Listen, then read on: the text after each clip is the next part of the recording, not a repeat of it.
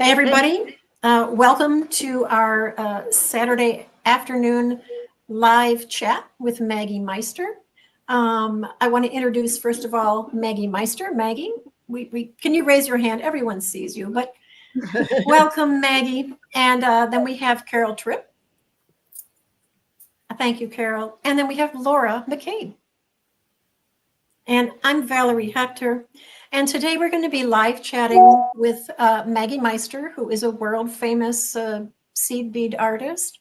And her designs are very well known. If you haven't already learned about Maggie's work, she has a website, maggiemeister.com. And I think she's on Facebook too. And also you can watch our interviews. There are a couple, 2-3 interviews on my channel, on this channel, Valerie Hector Beading Globally. So welcome, Maggie. It's a joy to have you. And if you don't, sorry, go ahead. I'm thrilled to be here. Thanks. Oh, thank you. We're thrilled to have you.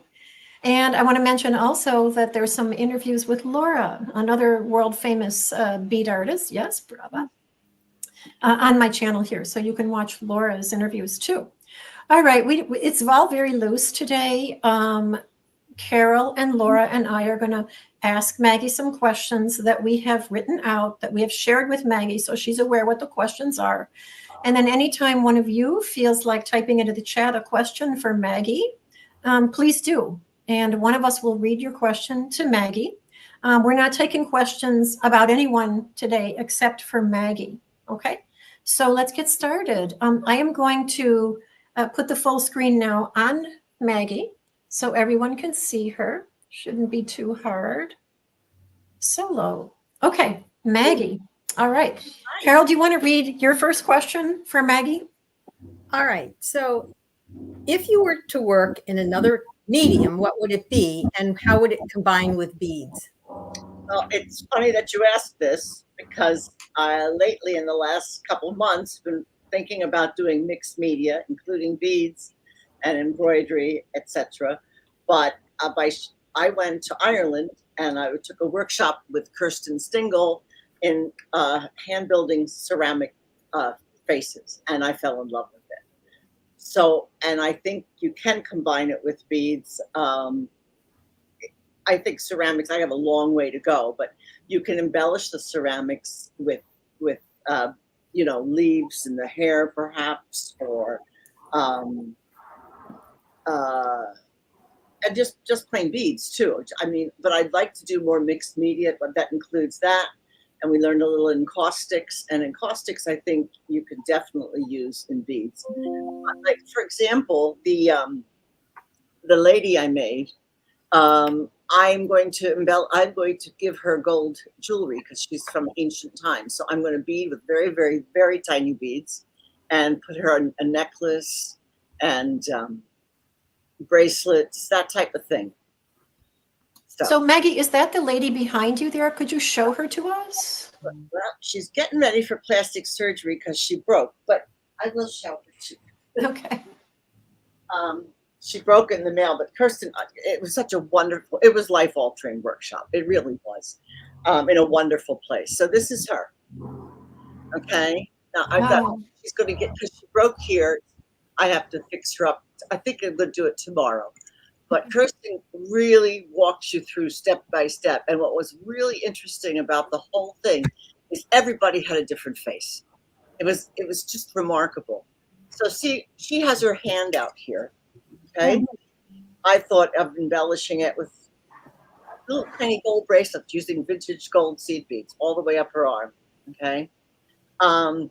Maybe something around her, in her hair, not a crown, but like a diadem or something, you know what I mean? Something small. And then I also wanted to, I'm so afraid she's going to break again. I also wanted to do a piece of linen cloth that I would tea stain and then do gold embroidery on it with beads and with gold work metal threads. So I don't want to cover up her body though, because I like the texture she has. So I may have her just holding that or something. We'll see. Yeah, we'll see. To me, she looks already like an ancient statue. And the fact that she's got a crack in her neck just makes her look more real. No, really, I'm serious. Yeah, well, thank you. It wasn't what I intended, but Kirsten walked me through how to fix it. You know, it's always a learning curve, but it was so much fun, and I really enjoyed it. And she also taught some encaustics because she's going to go into an encaustic boat that we made. So it was wonderful, and I hope to do it again. The only thing is the kiln thing, but we'll figure that out. The only thing is the kiln. What? Yeah. You mean to set up your own kiln? Is that what you mean? Yeah, or to find one. I did find one at the Heritage Museum here. They have a ceramic studio, and I'm going to go down there and visit it and see if they'll allow me to use the kiln. No, okay, no. Okay, and so who organized this workshop again? Oh, well, Kirsten Stingle is a really well-known, world-renowned portrait sculptor. She's a narrator, really. It's what her pieces have a story to them. And she taught at a beautiful place in Ireland, the Essence of Mulroney, which is run by Cheryl Coburn Brown. And years ago, when I took my first bead venture, Cheryl Coburn Brown was the director. And I went and stayed with her in her small, it was a beautiful home, but Cape Cod home. And it was surrounded by properties and other stuff. And she always said, I have this vision of making it into an artist retreat center. And we were in touch for a couple of years, and then, you know, things happened. So I went on this retreat to see her and to see what had happened there. It's an amazing thing. What she and her husband have done for the community is unbelievable. She has kilns. She has fireworks. You work with lamp work. Sorry, not fireworks. It does many things for the community. And she has teachers come in. Laura Murphy, who is also is now, I think, the director of classes and things like that. She's an encaustic portraiture painter. And if you get a chance, look her up. It's LoraMurphy. And she was wonderful. It was one of those experiences, you know, when you go someplace and it just all fits together. So, yeah. But I'm still beading. Until as long as my eyes make it. Thank you. Laura, Lora. Sorry. Oh, Carole. sorry. Oh, no, sorry. I will put it in correctly. It's okay. And it was Essence of Mulroney. It's a beautiful place. So I'm going back there next year to be an artist in residence. And then hopefully the year after that, I'll be teaching my master class there. So, yeah. So anyway, that's what happened. When you ask me, I'll still work with beads, obviously. And Laura, do you have a question for Maggie? I do. What do you think are the greatest challenges of being a professional artist? Wow. Do we have how long do we have? Just a little question for you. I think there are a lot of challenges, and I would say the first one is to trust yourself and your work. And I don't know about anybody else, but I think many of us oftentimes feels it's just not good enough. And why would people want it? That type of thing. And then you put it out there with a portfolio. You have to invest, I think, in order to make a living as a professional artist, like a portfolio of your work. In this day and age, you can use social media. You have to figure out how to make an income. And I was saying yesterday, it's very hard to make an income. I mean, particularly with seed beads, how long does it take to make a piece? It takes a long time. So you're never really going to be able to charge what your time is worth in that piece, but you charge for the design and you just love it, you know? And anyway, I don't know if that helps, but I do think, and I also think a critique is important. And I learned this a long time ago. I was starting to be in some shows and stuff. And someone pointed out that this one piece I made was, somebody else said it was really ugly. And she couldn't believe I used these certain colors together and blah, blah, blah, blah, blah. Well, you can imagine. I had the boys with me and we were going to the lake and stuff. And I thought, this is it. I'm not going to do this. You know, I'm not going to do it. And then all of a sudden it hit me. Okay, I still like the piece. I'll listen to what she has to say, but I still like it. And I think that is really important in any form of art, whether you want to be a professional or just for the joy of it, because that should be first, is you love it. Mhm. And it helps if you have a husband who has another income. I was very blessed. I find teaching too. Teaching helps because you learn more about your work, and it's another way to bring income so that you could continue to put things together. Excellent. That's a great answer. Thank you. Mhm.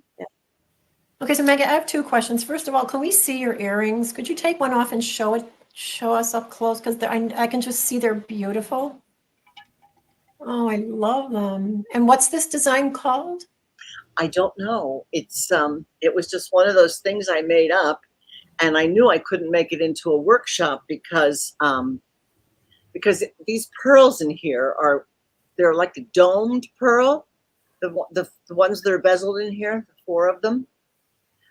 They're a dome pearl with a hole and a flat bottom, and they're so wonderful to work with. But in order to get that in a supply, I don't even know where I can get them anymore. So Okay. that type of thing. So I get them for me to wear, and probably I had them a variation of them in the show. Oh, it helps to put it in the other ear. Okay. You got it. You got it. Okay, so my real question is, Yeah. do you think you were a beadworker in a past life? And if you were, did you do beadwork for a living or just for your pleasure? What kinds of pieces did you make? Where did you live? And what kind of beads did you use? And did you have an easy life or a hard life? Well, I had a very easy life because I was in charge of making the costumes for Queen Elizabeth I for all her dresses, with the Wow. embroidery, and the beads were used too, and things like that. So, I was the head of all of it.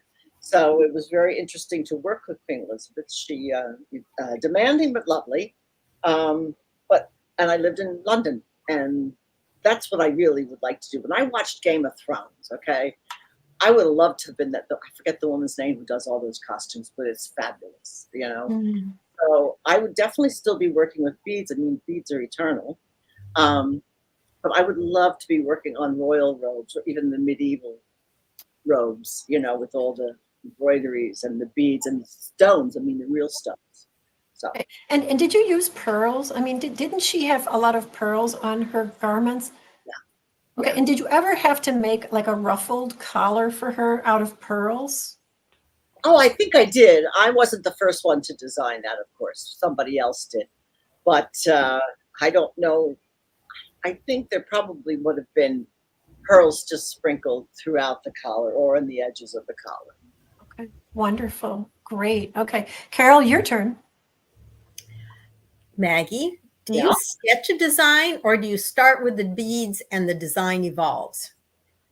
I don't sketch any designs because I wouldn't know what I was sketching. I have an idea in my head, and I really just start playing with beads. Usually, and I'm sure Laura and Valerie and all of you feel the same way. I usually think I know the stitch that's going to work for this particular design, and I start with that. And many times it works and many times it doesn't. So then I have to play with different stitches. But I do start by just building components and playing. Sketching is just not my forte, and I'm too old to learn now. I want to just keep going the way I'm going. So Can I ask a follow-up question? sure. As far as what is your favorite stitch and your least favorite stitch and why? Okay. My favorite stitch is brick stitch, along with right angle weave. Those are my 2 favorites. My least favorite is peyote. I know I have to use it, and I just don't want to have to do big pieces with peyote. I just find it, I don't want to start a war. But it's my least favorite to work on, I can do it like for certain pieces, and I like to do it in components. Obviously, I bezel, I make little warp triangles and all that. But if I have to do, like, say, a big piece, I just get bored. I get not bored so much. It's just I want this done. So. Okay, Laura? My turn. So you've done both fine art shows and teaching. How do those two things differ, and do you prefer one of those to another? Good question. I was already teaching when I started doing the fine art shows. And the one thing I really liked about doing the fine art shows is I could create a piece without worrying if it translates into a class or a workshop, or a set of instructions. I could just go and make the things and put them up for sale and enjoy them. And I enjoyed doing that. But on the other hand, too, I mean, in bead work, I don't know what I was going to say now, but it's you can't have I can't have 10 major pieces in a show. I mean, I have had big pieces, but you also have to have smaller pieces. So you're making. I know I used to try and go in with at least 150 pairs of earrings, that type of stuff. So that can become repetitive, but I enjoyed that I didn't have to worry about writing instructions. But on the other hand, I have made so many, and I also, on the shows too, I met so many wonderful people and with such different mediums. And it was just a joy to meet them and see what they're doing. And they're a lovely group of people, and I really enjoyed that. And having said that, I enjoy teaching too. I enjoyed my students and being with them. So I would say that I don't prefer one over the other. They each have their own special part of it. And I'm grateful for both. Mm-hmm. Nice.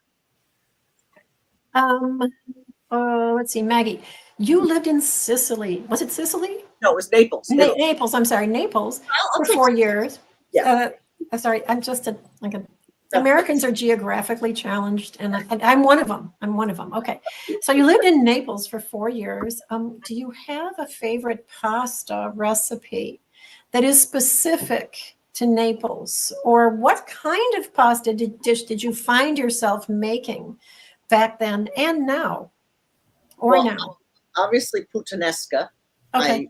I make a lot, and I still make it. Usually, my kids on their birthdays, I ask them what they would like as their favorite meal, and inevitably, Eric always says puttanesca.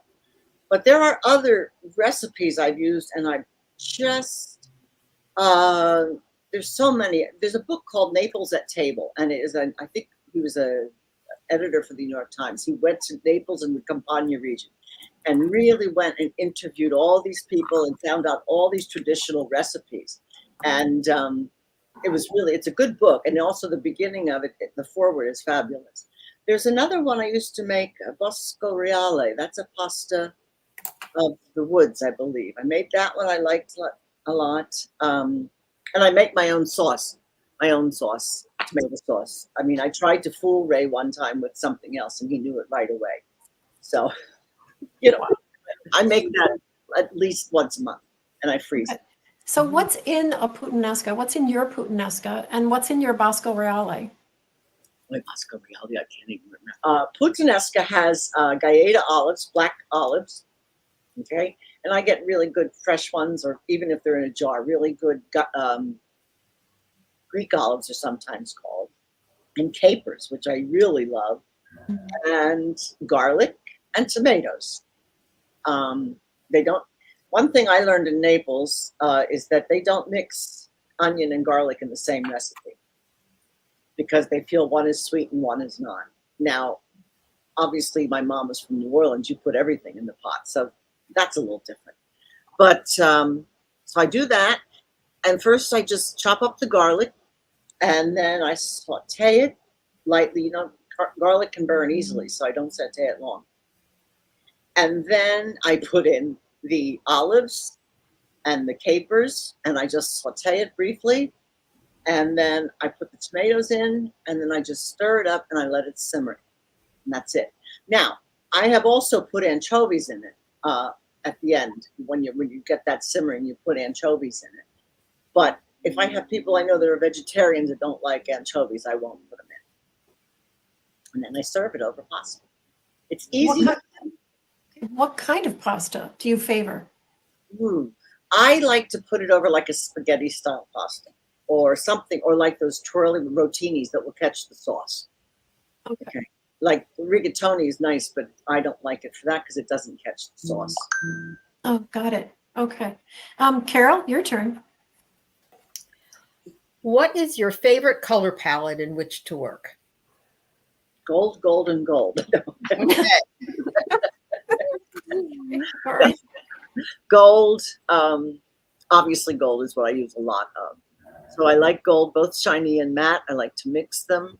Along with that, I would have to say what I drawn to depends on what year it is. I just finished today a piece that is like a champagne gold, and then it has a like a very light orchid bead, and I like that combination. It's very soft and it's very pretty.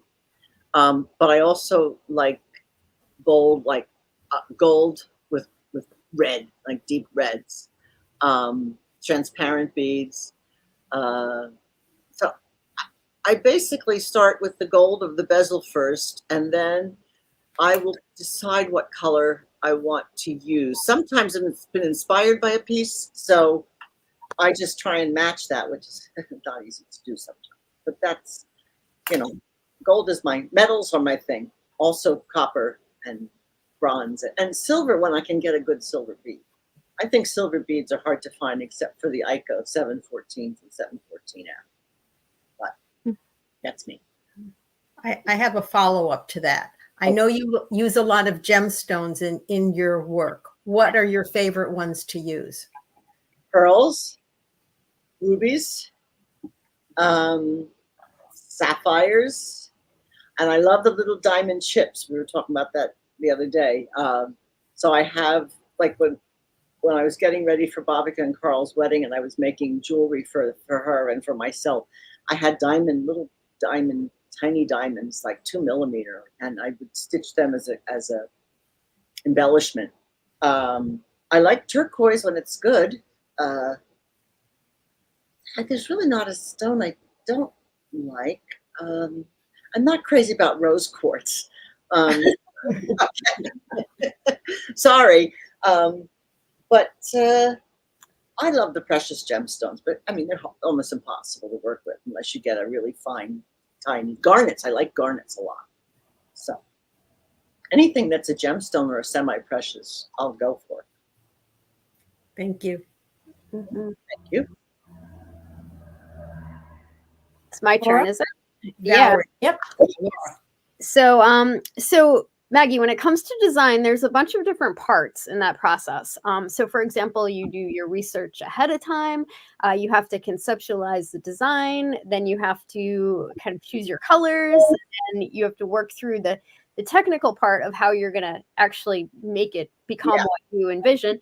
And then, and then once you do that, you actually have to finish the piece, which is with beadwork, there's a lot time involved. And in some cases, you have to also do instructions because you're teaching. So my question for you is, what parts of that are your favorite? What are the parts that you really don't like doing?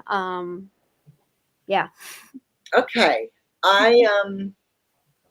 I do like designing, and just like, for example, if I see something, a mosaic in the road or a piece of jewelry from antiquity or the Art Deco period, I can sometimes see it in beads, but I'm not sure how I'm going to get there.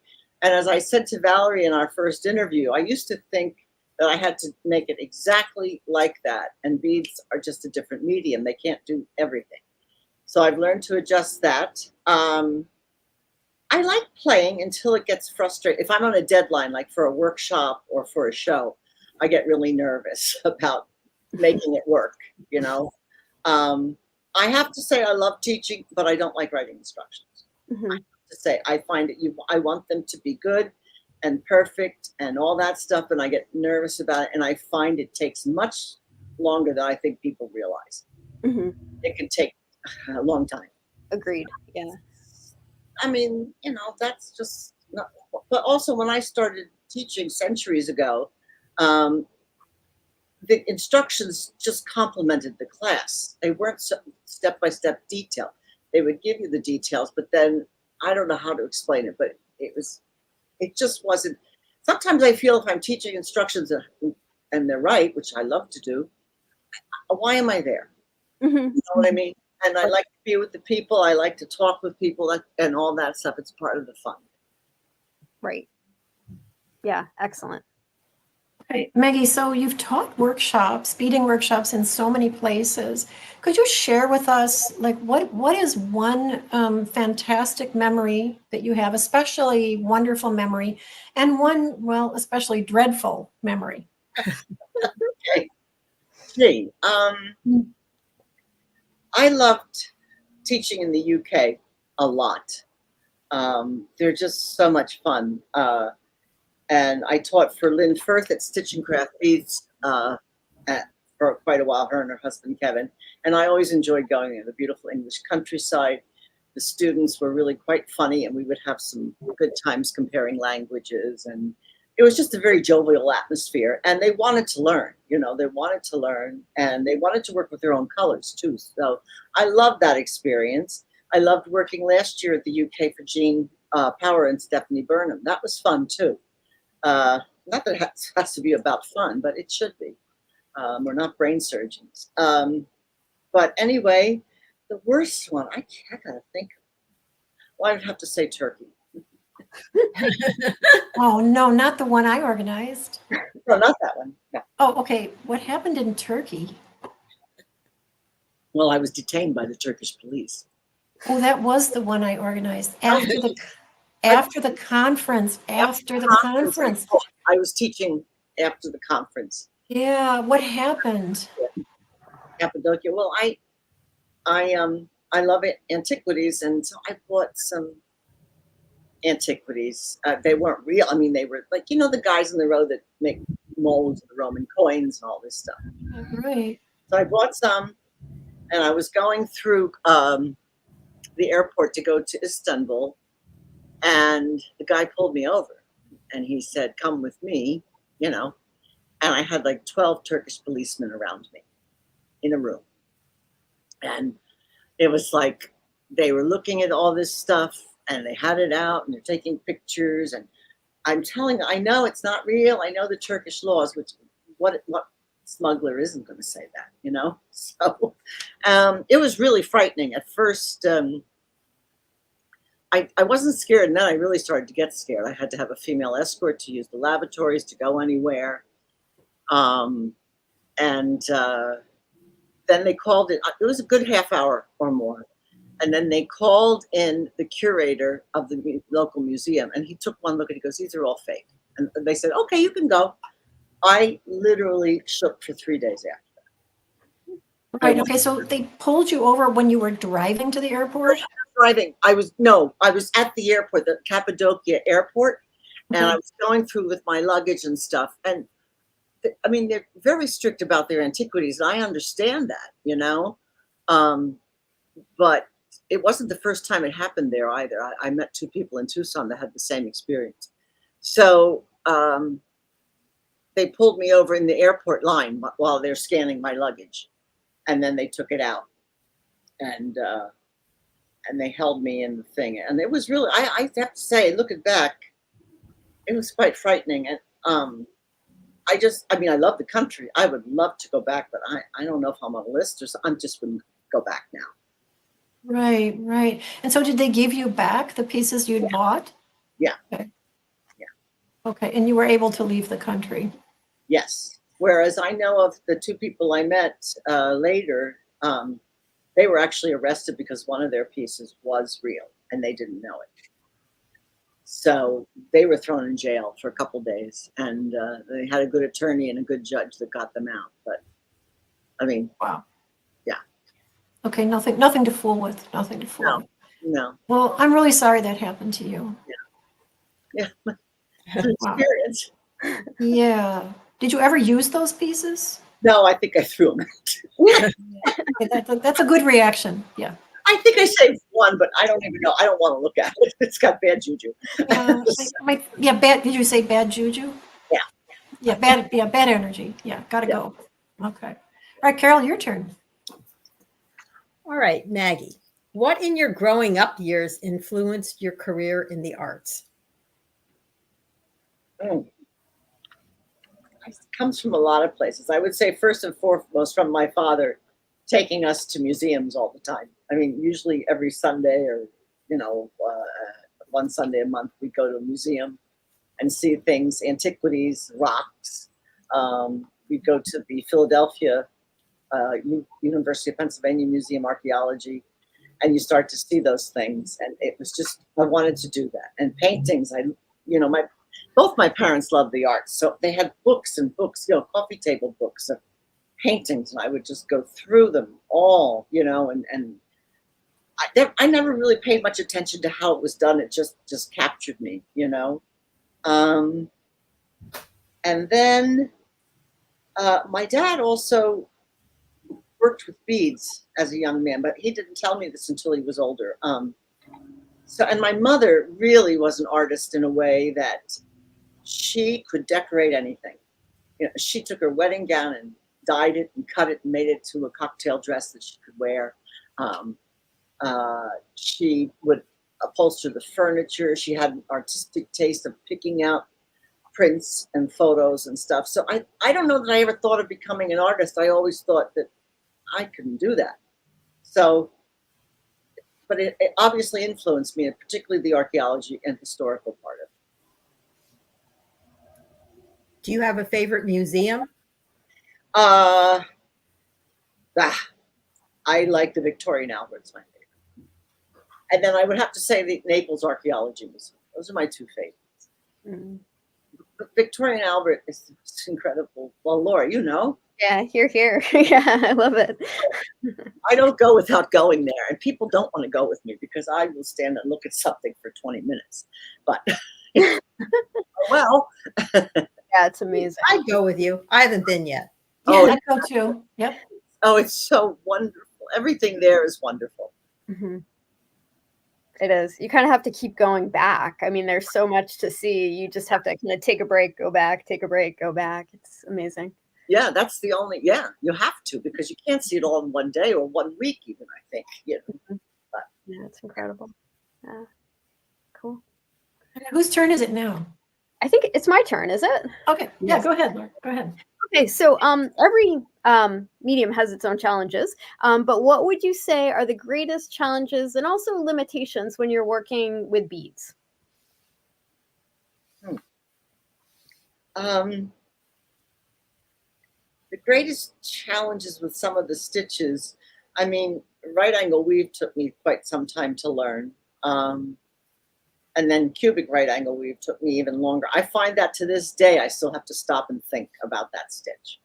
Not when I'm making just one piece fringe or something, but like if I'm making a frame, I just have to, I really have to concentrate when I'm doing both versions of right angle weave. What was the other part of the question? Just what are the challenges and limitations of the medium? Well, like I said before, I think the challenges are, I mean, it's the way I want to interpret something, and I still have challenges with, well, can I do that with bead? Now, I know a lot of people can do it with bead embroidery. I do not do bead embroidery. I love it. I think it's beautiful, and God bless all of you, but I don't do it. I have like 5 projects in there from, 1998 that I've never finished. So bead embroidery is very difficult, but you can get a lot more of detail and things in bead embroidery than you can in building pieces, I think. But I don't know if that makes any sense. It does. Yeah, it does. Construction is very different than working on a flat surface. Yeah. Yeah. Very cool. I still love brick stitch. It's still my favorite. Is it? Yeah. Excellent. I'm terrified of right angle weave too. So it's hard, right? You have to think. I mean, You do. I'm sure there are people out there that just pick it up, and I'm sure there are. Half of them we know. They just go with it. But I always have to think, particularly if I'm doing a pattern, like with the Clodia earrings that Valerie has on. That was a pattern. Now, that was not cubic. That was flat right angle, which was even more so. I had to figure out the pattern to match the other side and then fold it. But I still like doing it, but I think it's very difficult stitch. It is. Yeah, it's challenging to think about. So See, I would never know that. I am wearing your Claudia earrings, and at the end, when we all show ourselves together, I'll show them. But looking at them and seeing how refined they are and how architecturally beautifully they're constructed, I would never know in a million years that you had any trouble with cubic right angle weave ever, Maggie. And they're in what, size 15s or something? So those are probably delicas. I have done cubic in 15s and flat, but the Claudias were flat. And it's interesting. I think I talked about this in the other interview, but the flat, what I did was I made flat strips and followed the pattern. And then I would fold them together and zip up the other edge. Okay. So right on actually it was the last, before our first interview, I thought, I wonder how it would look if I could do it in cubic right angle weave, like Claudia particularly. And it didn't have the same look. It just didn't have the same look that I wanted. It's great look, but it didn't work for the look I want. So it's a little more clunkier, but yet it's a great stitch. It's almost the one I always go to first for building.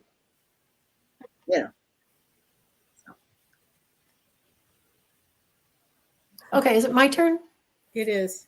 All right. So Maggie, you trained when you were a young person. You trained as an actress. You took a lot of acting workshops, and in fact, through your acting classes, that's how you first met Ray, your husband. So I see, when I look at your work, I just see a very elegant but kind of subdued theatricality. It seems to me that your pieces are very theatrical, but not in an ostentatious way, in kind of an elegant, quiet way, which really, really makes them even more impressive. Would you agree that your acting background has influenced your work? Do you think? Well, I have to think about it. It probably did in some way because of costuming and jewelry and creating adornment. I get a lot of that though from my mother. She had great taste in jewelry, absolutely beautiful jewelry, and some fine, some not so fine. And also my godmother also had great taste. And so I don't know that acting, I have to really think about that, Valerie. I'm gonna have to get back to you on that one. But I'm sure everything we do affects it in some way. Don't you? Yeah, I agree. Yeah. But what kinds of pieces did your mother have? I mean, did you go through her collection? Yeah. I have, after she passed, I got a lot of her collection, a lot of costume jewelry, but really well done. And it's from the 50s and the early 60s and even the late 40s. And she had this one pair, I wish I could find it now, clip-on earrings, but it was rhinestones, but it went up like sparks, and they would sit on her ear, and they're just beautiful. She would have very lavish pins, and earrings were, well, like me, earrings were a big deal. And I always admired her for her jewelry taste. She would go to antique shops even until she had to move into the assisted living and buy costume jewelry and sometimes get beautiful, beautiful jewelry that they didn't know what they had. Okay. Carole? I know I digressed, sorry, but. No, thank you. It's all very interesting. Thank you for sharing. Carole? Yes. So I've kind of used all the questions I wrote, but I have a question about the tapestry that's hanging behind you, Maggie. Can you tell me a little bit about that, or tell us all about that? Laura and I can tell you about it. I was at, what's the name? Brimfield? Is that it? Field, yep. Antique, or with Laura. I've been up paying a visit with her, and we went to the antiques market, and it's wonderful, by the way. And this was a wall hanging from, is it the UAE, United Arab Emirates? Yes, it was. Yep. UAE. Yep. UAE. I think the man who bought it, who had it for sale, said his friend bought it when he was in the United Arab Emirates, and it's all chain stitched. It's all hand stitched. It's a hunting scene, beautiful colors. I love looking at it every day. But the thing I'm finding out about a lot of textiles, Indian and Middle Eastern, is it's all done with the chain stitch. I mean, it's amazing. Talk about being bored with peyote. You know, um, so beautiful. I mean, it's just beautiful. So now I got that with Laura, and you know, when I was in India, I got way too many textiles. But if anybody knows a really good dressmaker out there, I have some ideas for some of my textiles. They could put it in, you know, in the box. So yeah, it's a beautiful piece. Yeah, the colors are wonderful. In fact, I just started painting some of my office furniture, my studio furniture, all based on the colors in that. Nice. So the colors will be influential in your upcoming work. Absolutely, absolutely. I just love looking at it every day. Does it have little mirrors? Are those? No, they're not. I know. Wait, before I say that, this is from my photography stuff. Right. But there's little sparkly things. towards the- Okay. So they're not on the piece. No, they're not mirrors. They're all tight stitch. Okay. Yeah. So they're hanging from your photography setup, your Yes. brace or Yeah. whatever it is. Okay. That's with the little mirrors. It would be pretty with mirrors, wouldn't they? I do have a piece made with mirrors. It's a vintage Indian. It's beautiful. So. I have way too many collections, but that's okay. But you're an artist, you're allowed to. You have to have inspiration. So, you know, and ideally it has to be around you. It has to be with you, you know, Yeah. in your personal Be able to space. see it. You have to be able to see it on a daily basis. So Yeah. you're allowed. You're allowed. Good. Laura? Okay, so you know, I kind of feel like as an artist myself, like you are an artist, and then there's the whole like having a career as an artist, and it's kind of a different thing. And so, what advice would you give to people, you know, artists out there who are kind of seeking a career in the arts as well? Like, what sort of advice would you give them, you know, if they're trying to get started? Yeah. I would say take as many workshops as you can to learn. These techniques. It's like, to quote the Dalai Lama, you need to know all the rules so you know when to break them. That is what I find as an artist really helps. Don't tell me I can't do something. I may not be able to do, but don't tell me that. I'm going to try. So that's very important. Also, get your own voice. You know, look at the things you like. I happen to like history and archaeology and textiles and stuff. Maybe you like nature. Look at your masterclass with flowers, Laura. Maybe you like nature.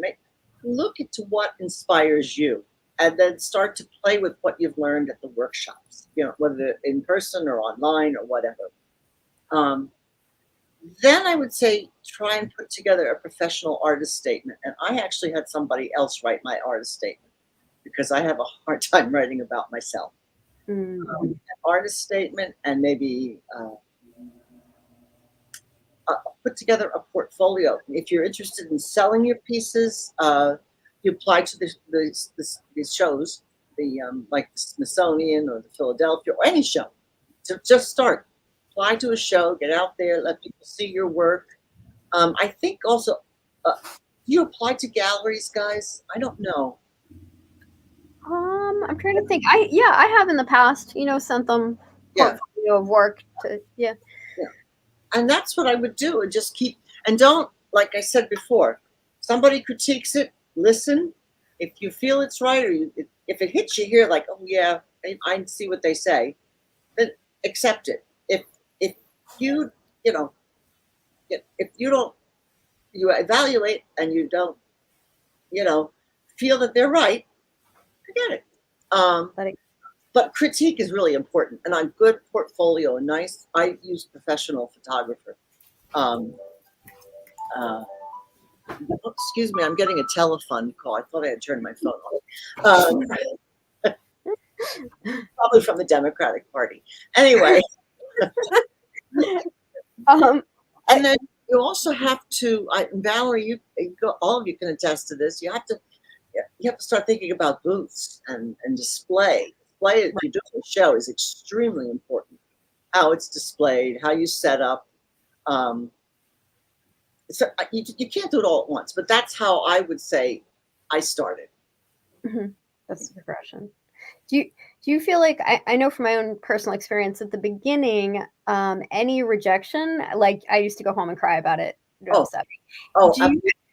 Do you feel like that gets easier over time? Like, because that never goes away entirely, you know? no, it doesn't go away entirely. Every time I'm turned down, yeah, no, I have to say it hurts. Not like the first time. But still, well, then you doubt yourself, you know, and my work, someone once told me, a good friend of mine once said to me, your work is not for everyone. And that was some of the best advice, because it gave me permission to do what I wanted to do, but it's not going to please everybody. It's not everybody's style or aesthetic. And I also find that when I did shows, it depended on what part of the country I was in, if my work did well.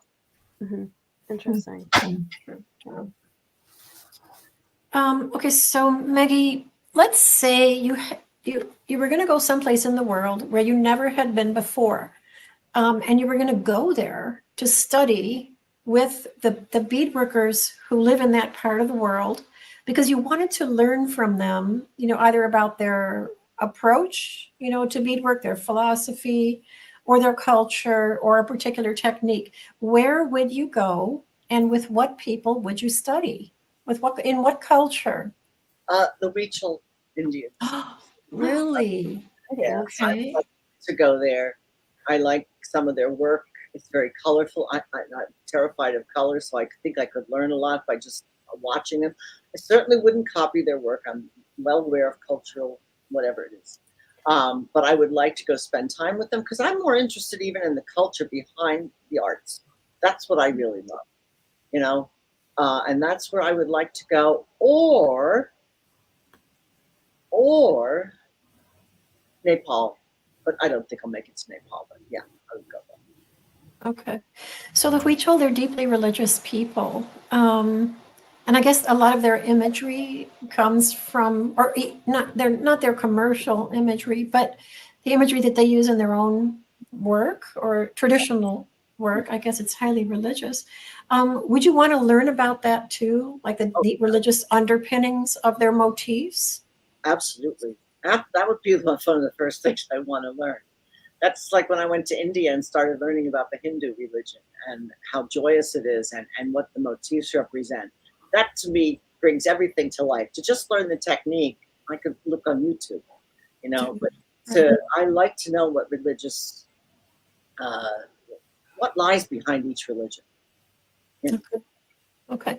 So, you know, the Huichol, they have a tradition of pressing individual beads into, I think it's wax, but I'm not sure. And then they also do some netting, some single thread netting. Which technique would you, I mean, you've done some bead mosaic work, right? Would you adopt their bead mosaic way of like laying in one bead at a time? Well, I have done it like that, but not whole up. I have done it side by side. I have samples somewhere. Bead by bead. I did this like 2000. Okay. Well, it's beautiful. By bead. Okay. Oh. And I was nuts then. I have a couple of them. And I like to go back to, I wouldn't do whole up. And it's not because I don't, well, I don't like the aesthetic of the whole, except in their work. It's somehow, I don't know how to explain it, but in my work, I wouldn't want to use it. That's, you know, but their netting techniques I have used. So I think they're wonderful, you know? Okay. I'm curious if the men do one form of art and the women do another. I don't know why I'm saying that, but I kind of, when I was in India, I was surprised to see so many men doing embroidery. You know, I guess I'm prejudging. But yeah, honestly, I don't know. I've seen photos of Huichol men doing beadwork and women. Yeah. So I have no idea if it's gender specific or not. I just have no idea. Well, thank you for that. Carole? Well, as I said on the last one, I'm not good on the fly, and I used up all my questions. So, but I will pass along this observation. When I was observing in a museum in Mexico, Huichol artisans doing the one bead at a time into the wax substrate, they were men who were doing that. I have not seen any, artisans executing the other netted work, but I don't know if I don't think it's enough of a representation to say men do one and women do the other, but there were no women doing the substrate application of beads. Okay, that's interesting. That kind of stuff I find curious. I guess I'm too gender specific, or I think No, I think it's an interesting concept. I would also love to go to Ukraine or Eastern Europe to learn how they do the icons and all of that. I think they're beautiful. The religious. Oh yeah, like the old Russian icons, right? Do that, and the climate there is a little better for me. I'm not good in the heat, as you can tell. Okay. Right now is probably not the time to go. Yeah, well, maybe not. Maybe things will change though in a few years, hopefully. Absolutely. God willing. Yeah. Laura? So I was thinking about this. You've traveled a lot. I've also traveled a lot. And I think travel inevitably, like, it changes you as a person. But it also influences your work too. So I'd be interested in what you have to say about that, how it's changed you as a person and how it's influenced your work. Boy, travel changed my life in ways I can't even begin to express. I never thought. We moved from Pennsylvania to New Jersey when I was in high school, and then I went to New York City. I never thought I'd leave that area ever in my life. And then Ray worked for the Navy Exchange, and we went to California, and we went to Seattle, and then of course overseas to Italy. Seattle kind of, not only that's where I really started beading, but the colors there. Am I going off track here? I'm kind of losing my track here on it. No, you're fine. You're fine. But the colors there I love. These muted. I like gray skies. I have no problem with gray skies. I think colors become more vibrant. That's me. So I loved that there, and that's when I learned beadwork. So that influenced it. Of course, Italy and history. There was no two ways about that. And everything I saw became a bead somehow. And I studied mosaics in Ravenna a couple of times, and I'd like to go back.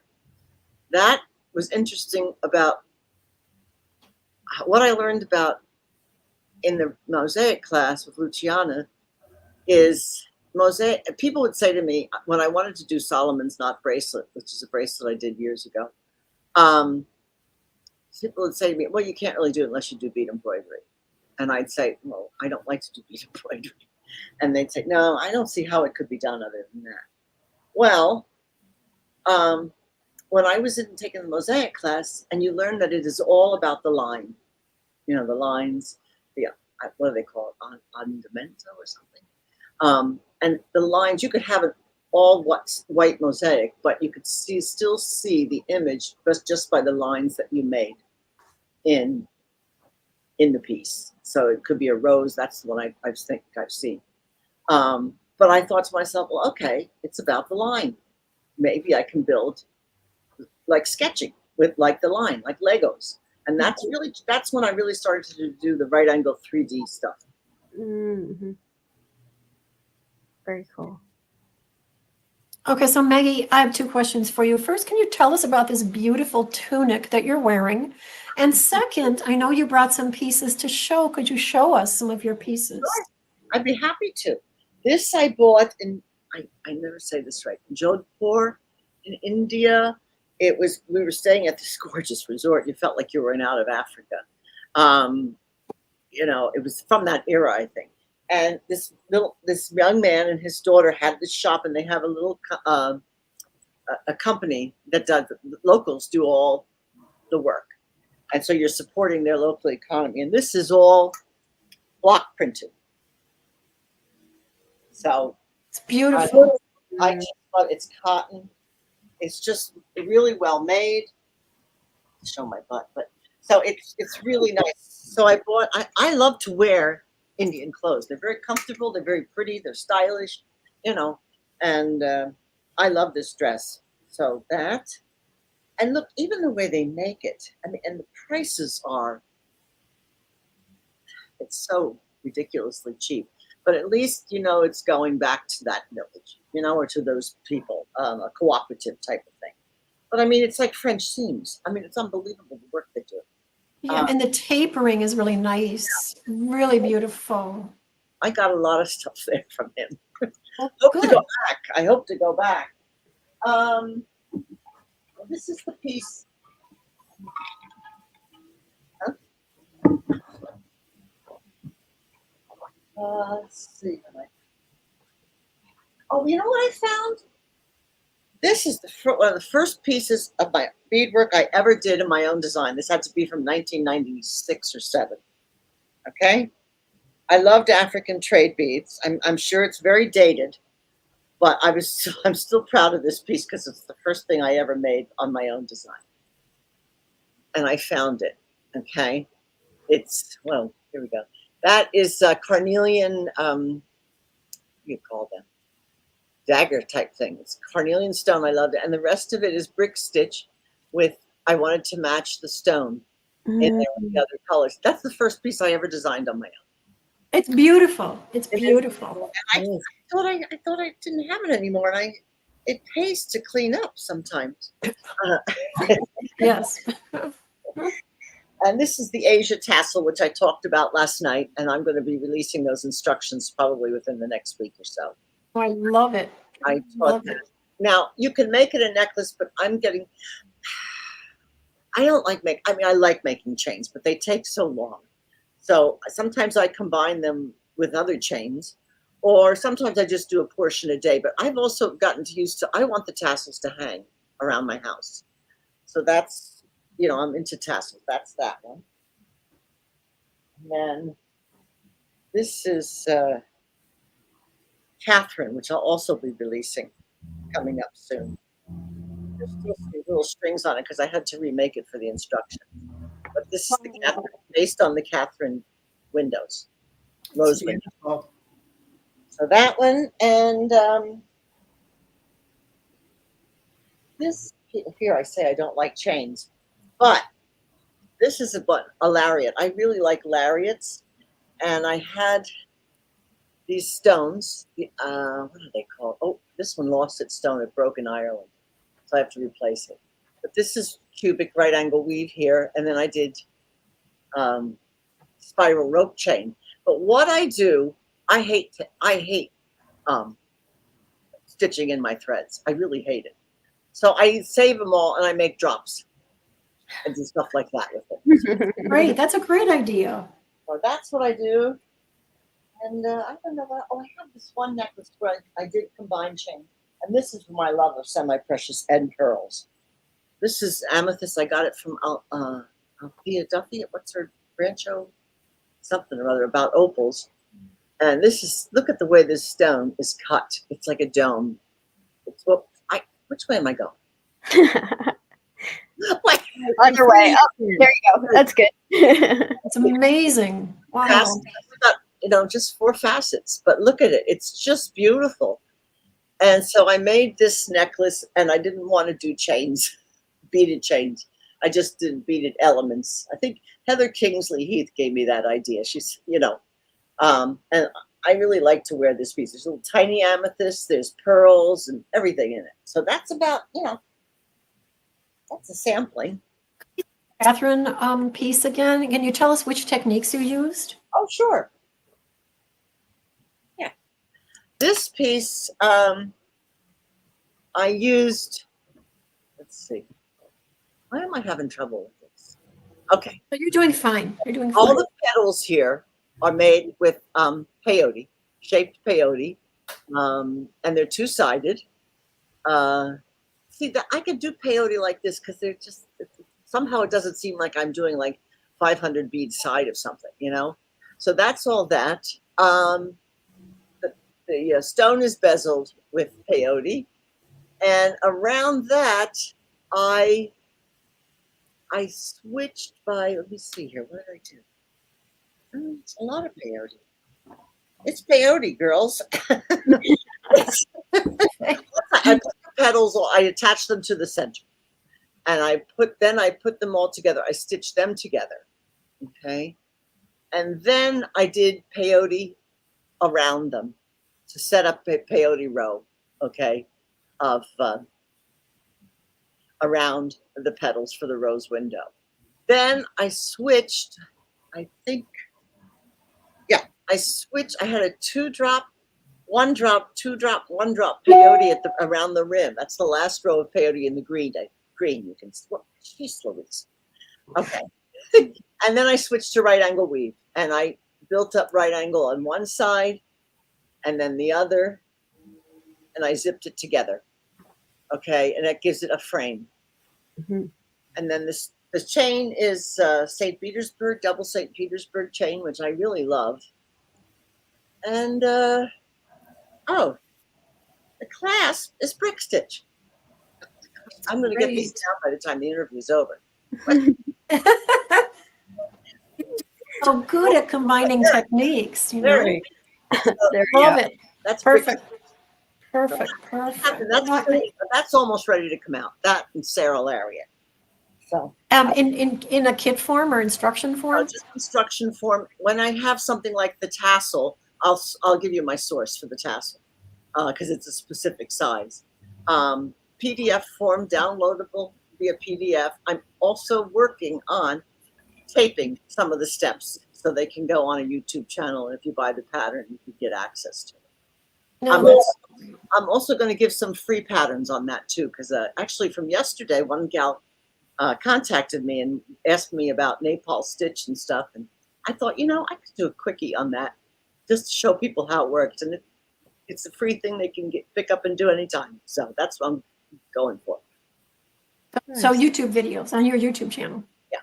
So some will be free and some will be if you buy the pattern. I'm still learning how you do that. Then you get the access to the video. Okay. And your website is maggiemeister.com. And your Facebook is also Maggie Meister, I think. I have two. It's Maggie Meister's the private one, but I'll friend you. I have no problem with that. And I have Maggie Meister bead art, and I have to start using that more. I was using that a lot for when I was selling my work, the completed pieces. But I have to start using it more because it's public. So. All right. Okay. So anyone else have more questions for Maggie? Do any of our audience members want to type in a question for Maggie before we close? I see Patricia here. Patricia, do you have a question if you're still here? Okay, I guess not. Okay, so I am going to close out the spotlight and try to get us all back. Yeah, here we are. Okay, I have to show my Clodia earrings. First of all, everyone look. These are fabulous. I told the story last night. Maggie very generously gave them to me extremely many years ago. I put them away. I refused to wear them because I didn't want to hurt them. Yeah, I too am having trouble. It's very hard to do this. Yeah. And this is cubic right angle weave. It's flat. It's flat. It's not. No, you got some cubic here. Oh, you fold them together. You fold them. I fold them. It's not that the chain that I think of as cubic right angle. I mean, it's 3D. So I guess it is cubic. Looks like, it's like you could call it, like it's kind of like it looks like cubic right angle for sure. It's so delicate. These are so beautiful. And the drop again, what's the drop made of? It's pinkish, isn't it? It's pinkish, yeah. Maybe pink amethyst, maybe? Yeah, that's it. Pink amethyst. Thank you. I think they're incredibly beautiful. And so I'm trying to reform and not just leave them in a drawer forever because they're precious artifacts to me. I would never want to wear them because I would hurt them. So now I'm just wearing them once in a while. And especially to honor you and to show everyone how amazing your work is. And also how comfortable it is. These are incredibly comfortable. These are wonderful, Maggie. They're just awesome. All right. I'm not seeing any questions, so I guess we can, Maggie, I want to thank you. And I think we all want to thank you. You did a beautiful job. Thank you. Thank you for sharing your life and your work and your experiences and your perspectives with us. Well, thank you for having me, and thanks everybody for watching. And thanks, girls, you were very good with me on the questions. You were kind. Oh, I mean, what else would we be? Come Well, on, I was nervous, so I mean, it was a lot of fun. It was just like we were sitting around a room, so I enjoyed it a lot. No, I enjoyed it too, very much.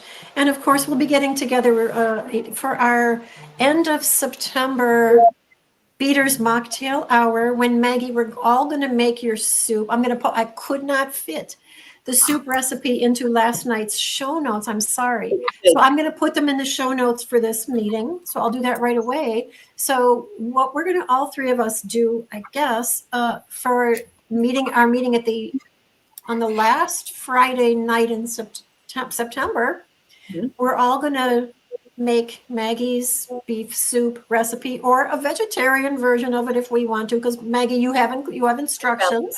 Yes, I found the way to do it. So. Okay, you got everything. So we're going to do that for 1 month from now. And you know what? We may make some other recipes. I don't know. And we will also share pieces that we're working on, or that we're interested in working on, or that we just learned about. That could include pieces like from other cultures from the past, or just pieces that we're making. Okay.